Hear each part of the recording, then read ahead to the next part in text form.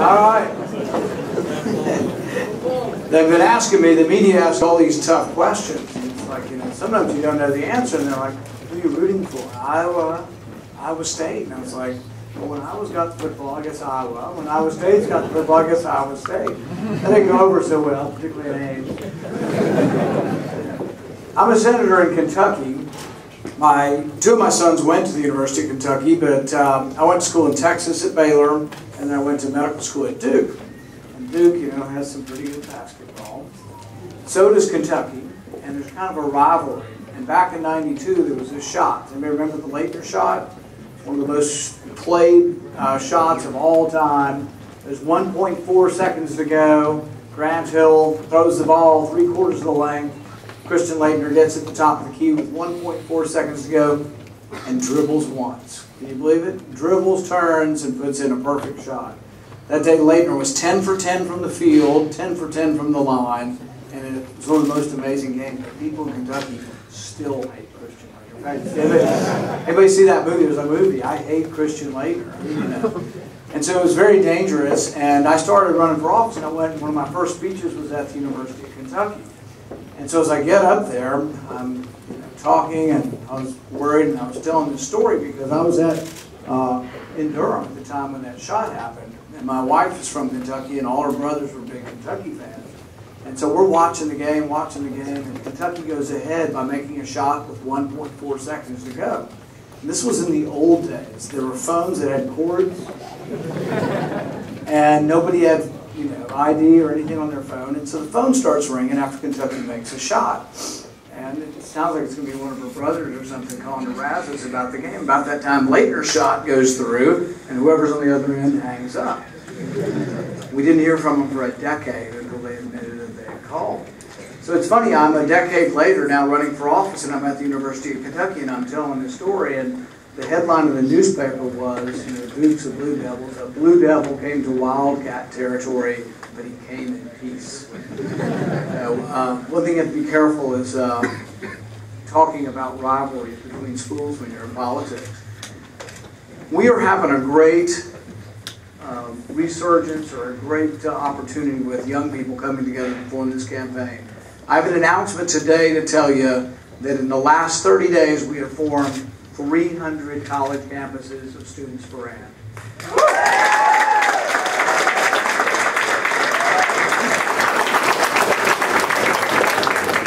People say, well, how are you different? How are you different from the rest of them? Well, I'm different from all of them, Republican or Democrat, because I believe in your right to be left alone. This is your right to privacy. I stood for 10.5 hours on the Senate floor for your right to be left alone. And some people will say, well, what does that mean? Where's the privacy right? I've looked at the Constitution. It doesn't say you have a right to privacy. Well, what it says is, in the 9th Amendment, it says that those rights not listed are not to be disparaged. Basically what that means is your rights don't have to be listed in the Constitution. What has to be listed is a power to abridge your rights. There's a certain amount of limited powers that were given to the federal government, and everything else is left to you. But one right in particular, the right to have the government not look at your private stuff, was enshrined in the 4th Amendment. In fact, John Adams said that this was the spark that led to the Revolution. Our founding fathers and the colonists were upset. They were pissed off at the British government. They were mad at the British soldiers. The British soldiers were showing up and going house to house with a warrant that had no one's name on it, that was written and signed by the soldiers, not by a judge, and they were rifling through people's papers. They wanted to know if people had paid the stamp tax. The colonists hated the tax, but they also hated the way the tax was being collected. That the government was just showing up at your house and rifling through your papers. Now we have a government that's no longer coming in your house because really we've kind of graduated beyond papers in the castle. What we have now are all of your information's in a cloud. But there's a real question. Is the cloud protected? Is the internet protected? Are your phone records protected? Are your credit card statements protected? The other side, which is most other Republicans and most Democrats, believe that you have no protection. They say the 4th Amendment doesn't apply to records held by a third party. Problem is, all of our records are held by a third party. And now others will say, well, it's just boring old business records. Who cares if the government looks at your records? Well, if I have your Visa bill, I can tell whether you drink. I know that's not true. I can tell whether you smoke. I can tell whether you gamble. I can tell what books you read. I can tell what doctors you go to. I can tell what your medicines are. That's none of the government's business. Yeah.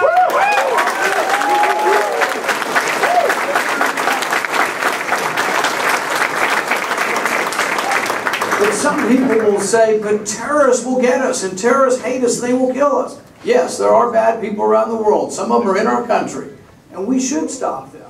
But you can stop them, and I had this altercation with a certain governor from New Jersey.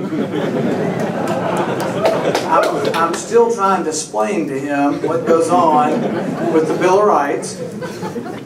You can stop terrorists, you can stop murderers, you can stop people that are here to harm us with the Fourth Amendment.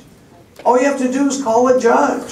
If I'm the judge, I'm the biggest defender of privacy in the country, but if you call me and say, well, this Sanarev boy lives over by Boston, the Russians tipped us off that he was a threat, and he flew back to Chechnya, and we have looked at his phone, and now we believe he's called so-and-so, or he's been radicalized here, you now have suspicion, you have someone's name, and you call me, who's a privacy advocate, I'm going to say, yes, you can have a warrant.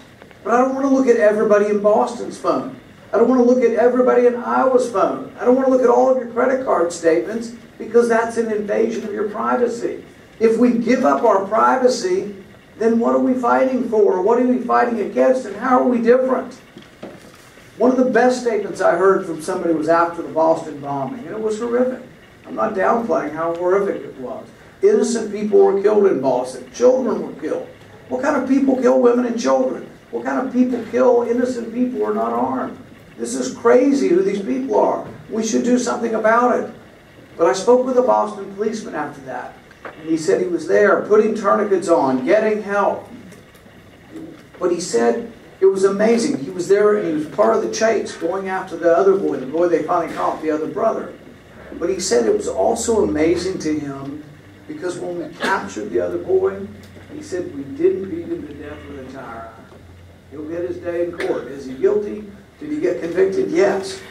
But in our country, you're innocent until proven guilty. This is an amazing thing. This is what we fight for. This is what our young soldiers, men and women, fight for. If we give up for that, aren't we doing a disservice to our soldiers? If we give up while they're gone, soldiers who have given up so much, many of them have lost limbs fighting for our country. If we give up on the Bill of Rights where they're gone, haven't we done a disservice to them?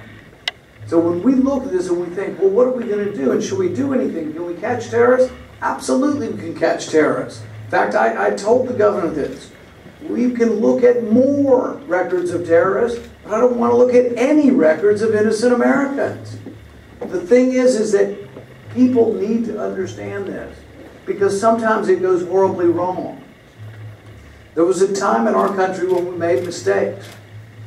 During the war, we incarcerated 100,000 Japanese because of the way they looked. Nobody now thinks that was the right thing to do, but that happened in our country. During the Vietnam War, we looked at the records of people who were opposed to the war. We also looked at the records of civil rights leaders. There have been times when we made mistakes in our country. Why? Because we didn't follow the Constitution. We didn't individualize the warrants. We didn't ask judges for it. We let government just look. And the problem is it can happen on both sides. You can have Republicans that don't like a certain group. You can have Democrats who don't like a certain group. You don't want to give this kind of extraordinary power to your government. About 3 years ago, they passed something called indefinite detention. It's happening, actually 4 years ago now, 2011. This allows an American citizen to be detained indefinitely without a trial. And I had this debate. We had a fierce debate on the Senate floor, and I'm debating with this other senator, this other Republican senator. I don't like to name names, but he was from Arizona. And I said incredulously, I said, With this law, you will allow an American citizen to be plucked up off the street, sent to Guantanamo Bay with no trial, no lawyer, nothing. And he said, yes, if they're dangerous. So it sort of begs the question, doesn't it? Who gets to decide who's dangerous and who's not dangerous? And I thought to myself of the times when we've gotten it wrong. The Japanese internment, what happened in the Civil Rights era. But I also thought of one particular person, this guy named Richard Jewell. You're all too young. I've been telling the story. My wife says, most of the kids were not born when this happened. Richard Jewell was the guy they said was the Olympic bomber. This was Centennial Park. You probably were born, but it was probably 15 years ago. Everybody said he did it. He fit the profile. He had glasses. I see a few of you out there. He had a backpack. I see a few more of you out there. He was an introvert. And then surprisingly, one of the characteristics of being guilty was he tried to help people afterwards. Everybody said he did it. Every media outlet said, Richard Jewell is the bomber. He's guilty. He was convicted on TV within an hour. The only problem was he didn't do it. He was completely and entirely innocent. This is a reason, an extreme reason, but why you have trials. And I thought to myself, what if Richard Jewell had been a black man in 1920? He might not have lived to see the end of the day. The Bill of Rights is about protecting minority rights. And you say, well, I'm not a minority. Well, you can be a minority because of the color of your skin or the shade of your ideology. There's a lot of reasons why you can be a minority. You can be a minority because you're an evangelical Christian, because you're Jewish. You can be a minority because you don't believe in God. You can also be a minority because you're part of an ethnic group. But no matter what you are, who you are, if you've ever had an unorthodox idea, you need the Bill of Rights. And you need the Bill of Rights to believe that we are innocent until proven guilty. That's a problem. We're letting that slip away from us. We have a government that's gone crazy. A lot of Republicans will say it invades every nook and cranny of business. Taxes and regulations are making it uncompetitive in this country and jobs are going overseas. And that's right. And a lot of Republicans will tell you that. But I'm one of the few Republicans who will say, you know what? Big government has so screwed up the war on drugs that we put people in jail for decades now for drugs. And you know what I'll tell you? I don't want anybody put in jail who's not been a violent criminal for smoking pot or for other drug crimes. Let's look at rehabilitation. I think incarceration is a mistake. Woo!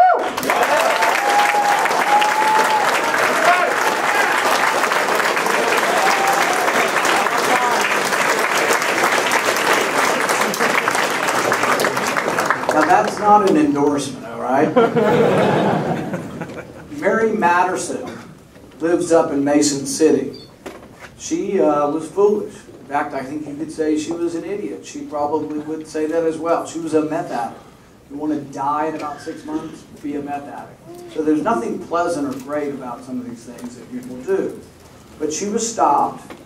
She was convicted. She had never committed another crime, had no record. There was no violence committed in what she did. She was given 15 years in prison. Mandatory. The judge has no discretion. This is called a mandatory minimum, where you go before a judge, sometimes in your first crime. And the way it works when you hang around with a bunch of dumb people who are doing this, the other dumb people testify against you, and sometimes you get left literally holding the bag. But this isn't uncommon. There was a woman by the name of Jill Lockwood. She was addicted to painkillers. A lot of painkillers are Tylenol and then a narcotic like hydroxycodone. Lortab is 95% Tylenol, hydroxycodone. Jill Lockwood was addicted to drugs for one reason or another. She was a nurse. She wrote a false prescription, should be against the law. She was given 15 years in prison though. One of the ways they kept her in prison so long, they measured the drug by the total weight. Well, Lortab's 95% Tylenol, which means it's 95% of the weight is for something that's legal. She gets the whole weight, she gets 15 years in jail, no parole. Many things seem are no parole, no probation. If you ever do get out, or when you get out, how do you get a job when you're a convicted felon? And then you compound this by looking at the war on drugs and finding out that 3 out of 4 people in prison for drugs are black or brown. Why? Is the government racist? Are they just rounding up black and brown people? Not really. But what happens is, if you live in a poor area of town, particularly in the big city, there happens to be more crime there. So the police go there every day to where there's more crime. And it just so happens also there's a higher propensity of ethnic minorities in the poor cities in town. You do that day in, day out, what happens? The marijuana arrest, I think a relatively benign crime between you and me, end up being 15-to-1 black to white. And so the people in jail end up being black and brown and primarily poor. You look at some of the other things we've done. We fixed some of this, but it still exists. There's a disparity in what we treat people as far as crack and powder cocaine. What turned out there was an ethnic difference as well. Richer white kids used powder cocaine when they were using cocaine, and it tended to be black kids using crack cocaine. The penalty was 100-fold different. And while the president and I don't agree with a lot, he has been pardoning some of these people. Some of these people are still in jail 15 years later for crack cocaine, and it's ridiculous. Here's the thing. I hate hypocrisy. Anybody hate hypocrisy here? Jeb Bush went to Andover, all right? I don't begrudge him that. He comes from a rich, wealthy family. Andover is an elite prep school up in the Northeast. Good for them. I have no problem with that. He says, well, I smoked some pot when I was at Andover. I don't care. Good for him. But what I do care is that he's not only opposed to changing any of the laws on drugs, he's opposed even to medical marijuana. So what does that mean? Let's say I've got a 2-year-old that has seizures, and that have seizures so much that all of the routine medication that the FDA has approved don't work. And some of the medications have some other side effects that make my child even sicker. They're now starting to do cannabis oil for seizures. Do I absolutely, can I tell you it works? No, but if my kid has 200 seizures a day, I'd want the chance to do it. If you don't support medical marijuana, you support putting that person's parents in jail and or taking the child away from the parent. That is so out of step, but it's so hypocritical because here's a wealthy kid going to Andover, but the police are never going to Andover, okay? The police are going to the south side of Chicago. So that's hypocrisy, and it ought to end. And what I would say is, let's just end the war on drugs for all and treat it as a rehabilitation problem. As an addiction.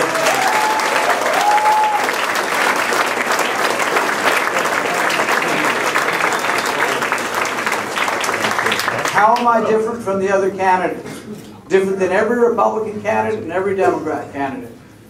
Because I'm not eager for war, and I'm not eager for more intervention in the Middle East, and frankly, I'm not sending 500,000 of you back over there.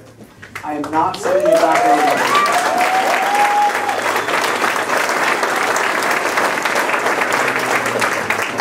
there. If there is one true thing in the Middle East, it's that when we topple secular dictators, chaos ensues, radical Islam rises, and we're actually more at risk. Gaddafi, dictator. He was walking down the street, I wouldn't feed him, okay? Same with Assad in Syria. Dictator, bad guy, walking down the street, I'm not giving him food. But at the same time, toppling them was a mistake. Hillary Clinton, it was her brilliant idea that we were going to topple Gaddafi. We're going to get rid of Gaddafi. Hillary Clinton's so tough, she can fight war. Barack Obama backed her up. Guess what? There was no vote. The Constitution says Congress votes on whether we go to war. There has been no vote on the Libyan war, and there's been no vote on the current war in the Middle East. You're supposed to have a vote through your representative. It's not supposed to be decided by one person. In fact, Madison wrote, he said history demonstrates what the Constitution confirms, that the executive branch is most likely to go to war, therefore we gave that power to Congress. War is only supposed to be initiated by Congress. But what has happened is we've gotten so involved, and we always think there's someone we should pick.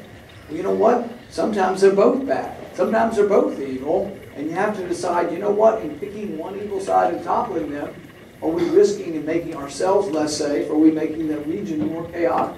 Look at Syria. Syria, for the last 3 or 4 years, has had this civil war going on. On the one side, you have Assad. He probably gassed his own people. There's significant evidence saying he did. On the other side, you have these Islamic rebel groups. 1,500 of them, all right? And so, caught in the middle are about 2 million Christians. You say, well, I didn't know there was all those Christians over there. which reminds me of a story. One of my buddies from medical school was from Syria. His dad was from Syria. And I said, well, are you guys Christian? He said, oh yeah. And I said, well, how long? And he said, a whole lot longer than your family. We don't think of that. A lot of us came from, our ancestors may have come from Northern Europe. You may not have become Christian until 600, 700, 800 AD. In Syria, there are people who have been Christians since the time of Jesus. So anyway, you have 2 million Christians. More Christians live in Syria than any other place in the Middle East other than Egypt. They're caught in the middle. The Assad family, for as evil as they are, have typically protected the Christians, and they've lived somewhat in an uneasy peace for a couple of generations in Syria. In fact, the Iraq War, there's 250,000 Christians in Iraq. Where did they go? They went to Syria after they saw the government that we helped to impose, because they weren't going to live under the Sharia law or under the Shiite government. But in Syria, you have 2 million Christians there, and you've got Assad on one side and ISIS. Even to this day, if you ask them, if we had all 2 million Christians and we could do a Gallup poll, who would you rather lead you, Assad or ISIS? Not one of them are going to pick the barbarity of ISIS. They'd pick Assad. But what have we done? We sided with the people trying to topple Assad. It's crazy. We've sided with people who are essentially allies of Al-Qaeda.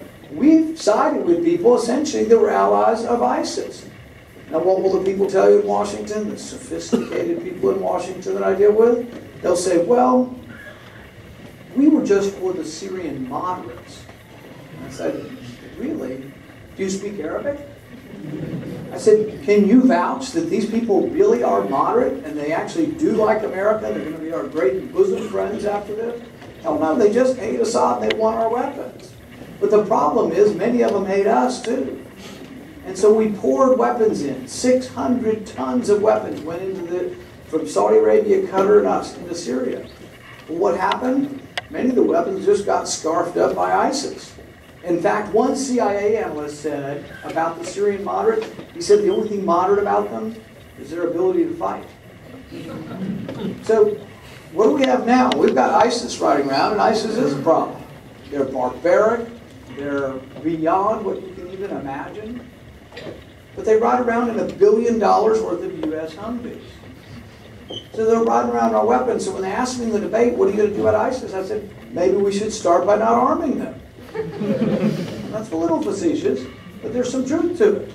Maybe we should start by not arming them. $1 billion worth of U.S. Humvees. They also have $1 billion in cash that they confiscated. U.S. dollars left behind. So they ride around our Humvees and they pay their soldiers with our money. They have anti-tank weapons that we gave them. We gave anti-tank weapons, not directly to ISIS, to some so-called moderate groups in Syria. And some of these groups disbanded and gave their weapons, or they were overrun by ISIS. Many of the groups that we gave weapons to have said when they're done with Assad, they're going to attack Israel. But I thought Israel was our ally.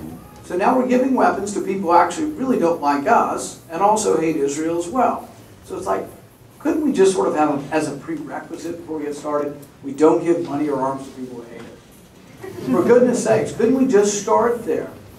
But you have a mess over there. And so I think what we ought to ask is, look, Republicans have been wrong.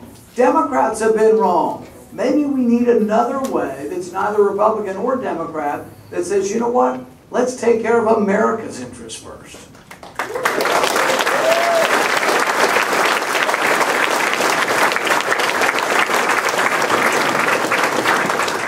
If we want a new and different message that's going to attract young people to the party and bring in new people that may not all be Republican, I think what we have to do is become the party of the entire Bill of Rights. I talked a little bit about the Fourth Amendment. The Fourth Amendment is your right to be left alone, your right to privacy, the right that the government can't enter your house or enter your records without a warrant that has your name on it. But there's other amendments. The Fifth and Sixth Amendment are about justice. The Fifth Amendment says they can't take your property. We now have a government, thanks to some people, what's that guy's name? Trump? Here's a guy who loves the government. Why would any conservative vote for this guy? He loves the government to go into a town and take and condemn property so he can build a casino. He loves the government to use eminent domain. In fact, he went into a town in Atlantic City build a casino through eminent domain, and one woman wouldn't sell. So he sent the thugs of government after her to take her house. She took him to court. She fought him for years, and she finally beat him. It doesn't always happen. Typically, the thugs win. The people with money win. So Trump says, well, yeah, I give to both sides. I give to the Republicans and Democrats because when I give them money, they'll do whatever the hell I tell them to do. Really, that's what I thought was wrong with government, is that special interests were buying and selling government. But we have to decide. We've got to decide whether or not property is yours, if you have title to it, or whether it's relative, and that the government can come in and transfer property from one to another. There's also another way the government's taking your property. It's called civil asset forfeiture. Civil asset forfeiture is where, and I'm not making this up, you're riding down the street and you're pulled over by the government. They pull you over and they say, do you have any money? And you say, yes, I've got $1,000, I'm going to the dentist. And you might be thinking to yourself, who carries $1,000 to go to the dentist? Most people don't, but poor people sometimes do. One reason you're poor, you're not very organized.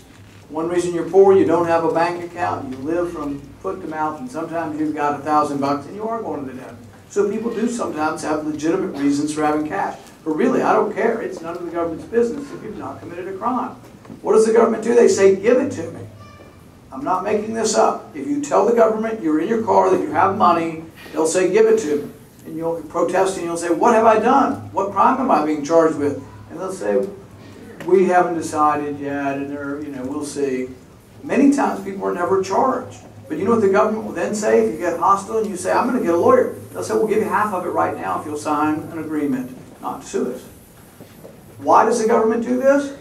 We give the government, the people who take your money, an incentive. They get a percentage of what they take. So some of it goes to the federal government, and some of it goes to the local police department. So there was a case a while back of a motel, the Caswell Motel, owned by a family in New Jersey. It had been owned for a long period of time. It was completely paid off. The government came to them and said, 8 people have been convicted of selling drugs from your motel, so we're taking the fruits of this evil deed of selling drugs. It's like, well, we kicked them out. We didn't know they were selling drugs, and it happens in every hotel in sort of poor areas, and somebody's inevitably in the hotel selling drugs on occasion. It was like 8 people out of like 140,000 people over a 14-year period. It was ridiculous. The government took their hotel. Why did they choose the Caswell Hotel? Because it was completely paid off.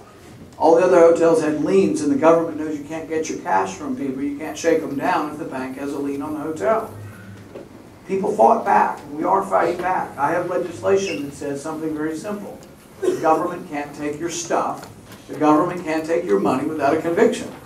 Why in the world would we let the government take something from somebody who's not been convicted of a crime?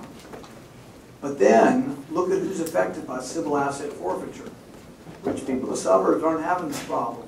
It's typically poor, black, brown, and it's in the city. So you ask, why are people angry? And some of you may ask this, and you may not agree with this, but you're like, why are people running around angry? Why are they rioting and doing all this? And don't get me wrong, there is no excuse for rioting. There is no excuse for breaking windows of someone's store. There's no excuse for stealing. But you've got to think to yourself and understand a little bit about why people are unhappy if we want to change the system to make it where we can live in peace and more harmony. In Ferguson, there was all that rioting over the shooting. That was some of it. But you know the other reason they were rioting? 1/3 of the city's revenue was collected through fines. Now, if one of you get a $100 fine or a $200 ticket, you're mad, and your parents will probably help you pay for the ticket, or you'll pay for it. But you know, when you're poor and you get a $200 ticket, it can be devastating. It can mean the difference between keeping your car or not keeping your car. We have to just think about how we've gone crazy. But you know, as Republicans, a lot of working class people in poor people think, I've never voted for a Republican. Guess what? What if we as Republicans were the champion of the poor? What if we were the champion of those who are being oppressed by government? Who would say that the war on drugs is unfair to poor and often ethnic minorities. If we said civil asset forfeiture was unfair to poor and ethnic minorities. I'm going to leave you with one other story of injustice. The 6th Amendment says you have a right to a trial by jury, but it also says you have the right to a speedy trial. There was a young man by the name of Khalif Browder. It's a 16-year-old black kid in the Bronx. He was arrested and accused of a crime. incidentally accused of a crime by a guy who wasn't even in the country legally and whose story changed several times. 16 years old, he was sent to Rikers Island.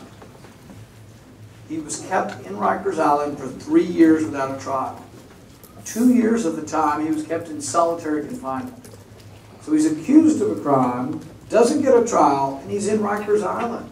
Why? He couldn't make bail, or he had some other teenage offense and they wouldn't give him bail. 3 years without a trial. He was beaten by gangs. I think he may have been beaten by guards. I mean, I don't know what happened to him, but you can imagine it might have been terrible what happened to him in prison. He was never convicted of a crime. He tried to commit suicide in prison more than once. He got out, he's been out about a year, and unfortunately did commit suicide about a month ago. That's not what we're about. That's not what America's about. But I'm also telling you, if you're a Republican, or you're thinking the Republican Party needs to be bigger to grow so we can win elections, what if we become the party that believes in the Sixth Amendment with the same fervor that we believe in the Second Amendment? That's the kind of party I want to be part of. That's the kind of party that's going to be big enough to win elections. When I think about the kind of party I want to be a part of, I want to be the party of Patrick Henry. You know, the party that, with passion, defends all of the Bill of Rights for rich, poor, white, black. I also want to be the party that has hope and optimism for all of us.